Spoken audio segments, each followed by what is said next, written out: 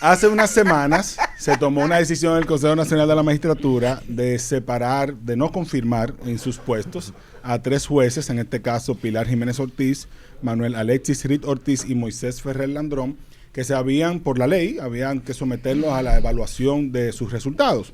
Y eso causó mucho revuelo, porque según el Consejo Nacional de la Magistratura, estos no cumplían con los estándares de desempeño exigidos y por eso no fueron confirmados. No. Ahí voy con eso. Espérate. Okay. Aguanta. Causó revuelo porque el acta no se había dado a conocer y no se sabían las razones concretas de por qué no habían sido confirmados en su cargo, y ya el acta está disponible. El acta ya salió. Se va Clifford. Despídete ahí, Uriel. El acta ya salió. Pasa la mano. No quiere tratarte más serio, señores, esto no es fácil.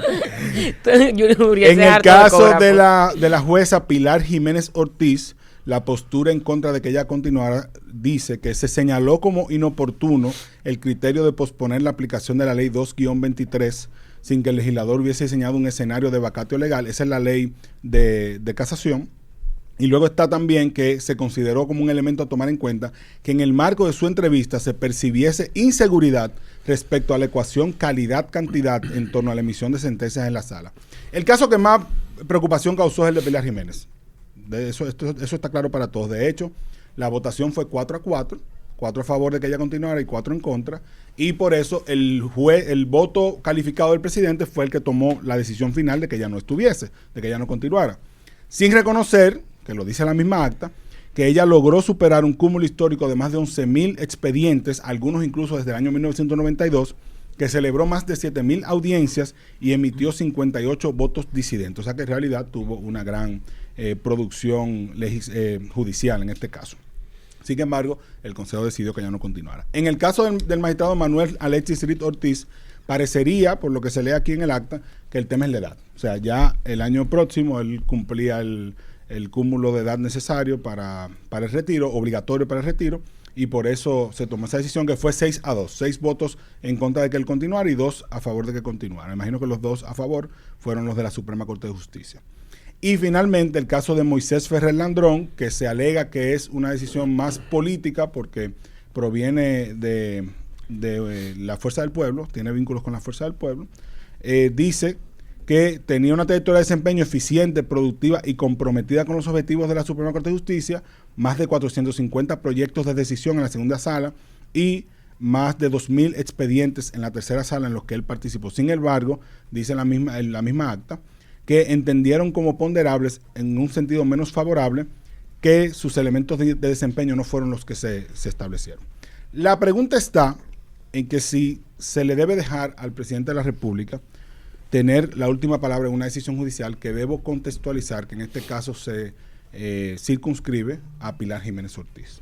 Porque al no tener el acta, la información que teníamos es que todo fue 4-4. Y el caso de Moisés Ferrer y el caso de Pilar Jiménez, ambos, el voto favorable fue de 4 personas y el voto desfavorable de 4. O sea que la decisión del presidente en esos 2 casos fue la que desempató esa decisión. Algunos dirán que si hay empate alguien debe decidir, y es así. A eso iba. Cuando la noticia lo que dice es que se dio a conocer ahora por qué no se reeligieron esos jueces. Se confirmaron no se ratificaron. Que por qué no se ratificaron los jueces. Que esas fueron las razones. Pero realmente hay 4 votos que dicen que tienen sus razones de por qué debían seguir, y hay 4 que no. Exacto, hay un empate. Es decir, la decisión esta de por qué no seguir no fue completamente del Consejo, sino que si hubo un voto que dividió la cosa, que decidió el asunto, fue el voto del presidente. Correcto. Entonces nosotros decir ahora mismo, el Consejo dijo que Pilar Jiménez no debía seguir por tal cosa.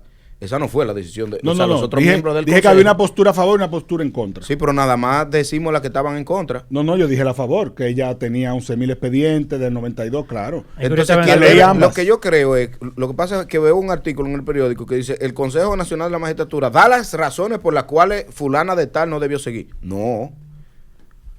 Las razones debió darlas quien tomó la decisión. Que final. en este caso fue... Fue el presidente. El El presidente presidente la- fue del voto.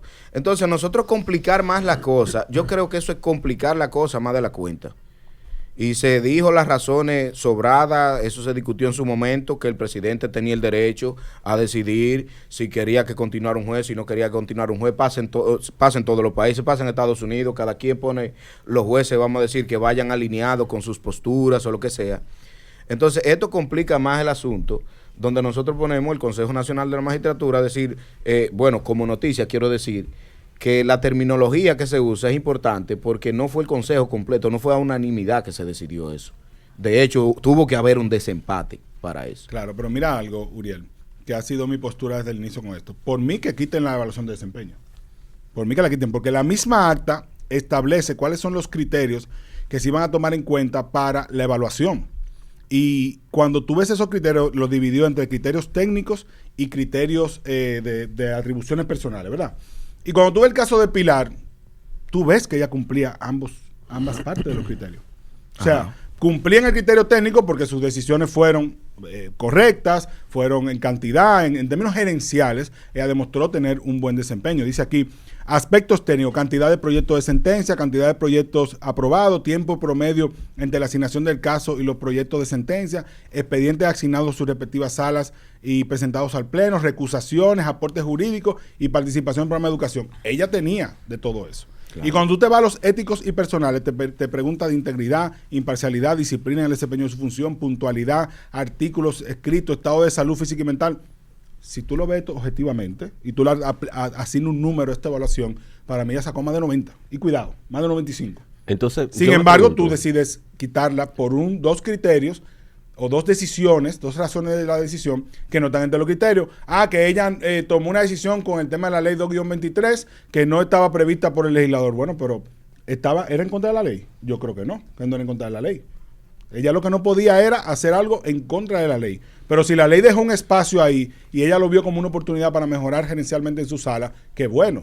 Y lo otro de una inseguridad en el criterio cantidad-calidad, eso es sumamente ambiguo, sumamente disparate. ambiguo, porque no te está diciendo qué fue lo que ella falló. Además, yo no creo que los jueces necesariamente tengan que ser expertos en oratoria y pararse ante una cámara y ser los mejores. Muchos de ellos ni siquiera son buenos en eso. Entonces tú no lo puedes juzgar por eso. Entonces, yo pregunto Y- pregunto lo siguiente. En el caso de estos procesos de ratificación o no, ¿esos votos son secretos? Porque sabemos que el voto que decidió el desempate fue el del presidente, pero sabemos El cuál acta es- no dice quién votó por qué. Ok. Asumimos que en el caso de los empates, 4-4, como se decidió en contra de que continuaran, el voto del presidente fue en contra, porque el de él es el calificado. Correcto.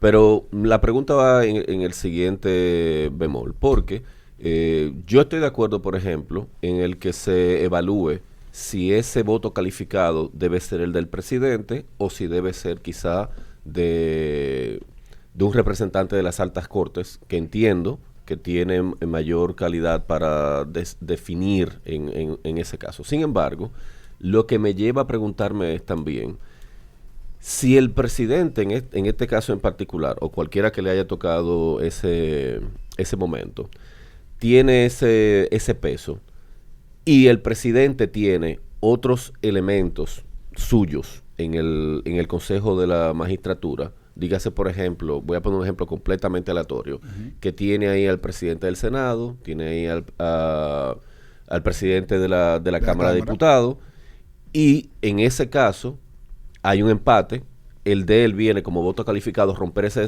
desempate, existe la posibilidad de que era una línea desde un principio, de que se quitara a ese juez o a esa jueza. Bueno, es que ahí vamos con lo que yo decía anteriormente. La decisión del presidente en este caso no es ilegal. El presidente tiene el voto calificado Bien, y estamos de acuerdo. obviamente tiene que votar a favor o en contra, no tiene de otra, o Sí. abstenerse en los casos en los que la misma ley se lo permite. Ahora bien, la evaluación como tal pierde razón de ser en la medida en que se termina siendo una decisión política, que es lo que tú planteas. Exacto. O sea, el presidente tomó una decisión política de, mira, sí, ellos pudieran seguir, la evaluación de desempeño dice que sí, que ellos tienen las condiciones, pero yo decido que no, y mi partido decide que no, y los que son de mi línea política deciden que no. Eso también es un derecho, lo que le quita es sentido a la evaluación de desempeño. Y ojo, No es algo que yo digo que es Abinader el que lo ha hecho solamente. Pasó también en las evaluaciones anteriores, que gente que tenía las condiciones para continuar en el puesto, que presentaron un buen resultado, no lograron seguir por una decisión política, porque en este caso la pregunta no es por qué sí dejar a un juez No sé la en la motivación, institución, es sino por si qué debería. no quitarlo.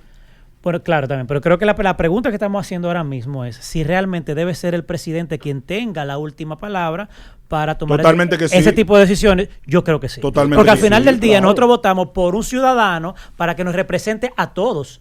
O sea, como la mayor autoridad del país. Y si hay que tomar una decisión como esa, de ese peso, entiendo que tiene que ser el presidente de la República, en quien nosotros hemos depositado toda nuestra confianza. Le guste a quien no le guste. Lo que sí independientemente. es, como dice Frank, que nosotros debemos de dejar de lado, para evitarnos este tipo de discusiones, la evaluación de desempeño, porque es una farsa. Al final, ningún presidente va a ir ahí a hablar, a evaluarlo por desempeño. No se ha respetado eso.